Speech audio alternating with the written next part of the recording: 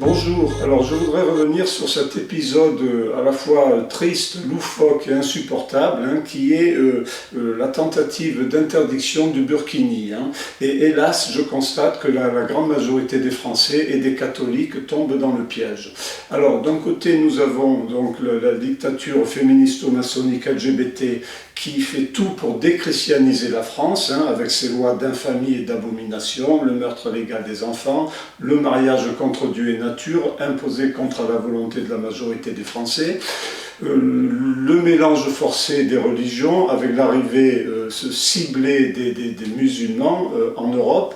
D'un côté, la dictature fait tout pour déchristianiser la France, et de l'autre côté, tout d'un coup, par miracle, allez, on va donner un petit médicament placebo aux gentils cathos, on va interdire le burkini pour soi-disant protéger nos racines chrétiennes. Donc évidemment, on se moque de la gueule du monde, mais le drame, c'est que finalement, il y a pratiquement personne qui se rend compte de cela. Donc l'interdiction du burkini, en réalité, ce sont des miettes de consolation qui accompagnent la destruction active du christianisme et de la culture chrétienne en Occident. Donc on vous tue, on vous écrase, on vous massacre, on fait tout pour aplatir le catholicisme, mais on vous donne des petits médicaments placebo, de l'aspirine. Voilà, on vous tue et on vous donne de l'aspirine. Alors on vous déchristianise, les Français, mais en même temps il y a une petite loi débile pour interdire le burkini à la plage. Voilà, c'est n'importe quoi, on se moque on se moque des gens, et le drame c'est que bien personne ne s'en rend compte et l'immense majorité plonge. Donc je rappelle tout de même que les signes culturels et cultuels d'une religion comme l'islam sont en fait des signes symptomatiques. Si la France est en train de se faire islamiser, c'est pas à cause du burkini, du tchador ou de la burqa, ni même à cause des minarets. C'est tous ces signes culturels sont la conséquence de l'islamisation.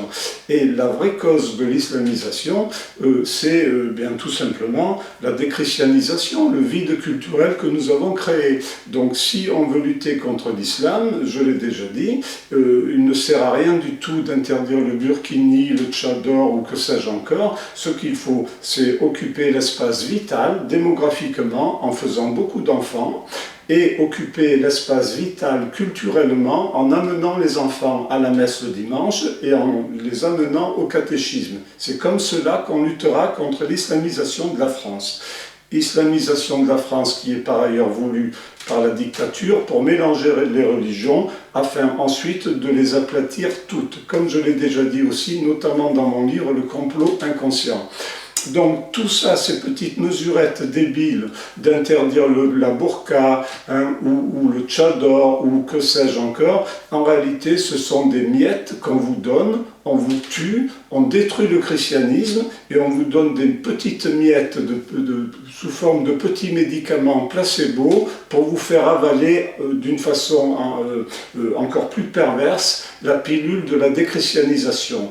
Le but, en outre, le but caché ultime de l'interdiction des signes cultuels musulmans, c'est de déculpabiliser l'interdiction tout court des signes religieux, notamment des signes chrétiens. Donc les gens qui croient avec naïveté dans tout d'un coup ce désir des apparatchiks de la République de protéger le catholicisme en interdisant les signes cultuels et culturels musulmans se fourvoient lamentablement et pitoyablement. Donc ça, il faut le dire, c'est très important. Au fond, il faut se poser la question suivante. Nous savons que la France est dirigée par les ennemis du catholicisme, donc les médias, les gens comme Cohn-Bendit, Bernard-Henri Lévy, Caroline Fourès, qui sont invités sans arrêt dans les bureaux de l'Élysée. Ce sont ces gens-là qui sont les vrais dirigeants culturels de notre pays. Or, et bien évidemment la clique franc-maçonne du gouvernement. Donc ces gens-là sont les ennemis du christianisme. Alors, par définition, quand les ennemis du catholicisme font des lois, soi-disant pour sauvegarder le catholicisme, c'est qu'il y a une anguille sous roche. C'est ça la question qu'il faut se poser, et c'est cela qu'il faut comprendre. Par définition, définition, vos ennemis ne feront jamais la moindre loi pour favoriser votre culture. Sinon là, on tombe dans la quadrature du cercle.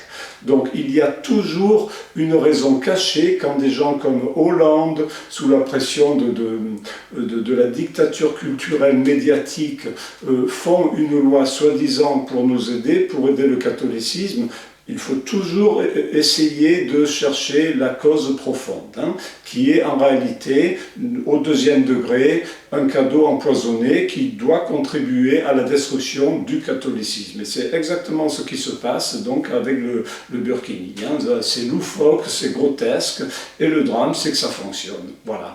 Au fond, le vrai but de l'interdiction du burkini, même si ça peut surprendre, c'est en toute dernière analyse de pouvoir interdire le port de la croix pour les chrétiens. On commence par interdire les signes d'autres religions, les signes ostentatoires d'autres religions, pour pouvoir ensuite nous dire, vous voyez, donc au nom de la sainte égalité républicaine, puisque les musulmans n'ont pas le droit de porter le burkini, etc., eh bien vous n'aurez pas le droit non plus de porter des croix. D'ailleurs, ça a commencé un petit peu avec les chrétiens, puisque selon la loi, je vous rappelle que vos enfants n'ont pas le droit de porter des crucifix ostentatoires, voilà, à l'école. C'est interdit déjà. Voilà. Donc c'est cela, bien évidemment, en toute dernière analyse, le coup fourré, le piège à con de la dictature féministo-maçonnique LGBT, par l'interdiction des signes culturels et cultuels musulmans qui peut être provisoirement rassurante pour des catholiques naïfs. Le vrai but, c'est l'interdiction des signes religieux de la Sainte Église catholique. C'est ça qu'il faut comprendre.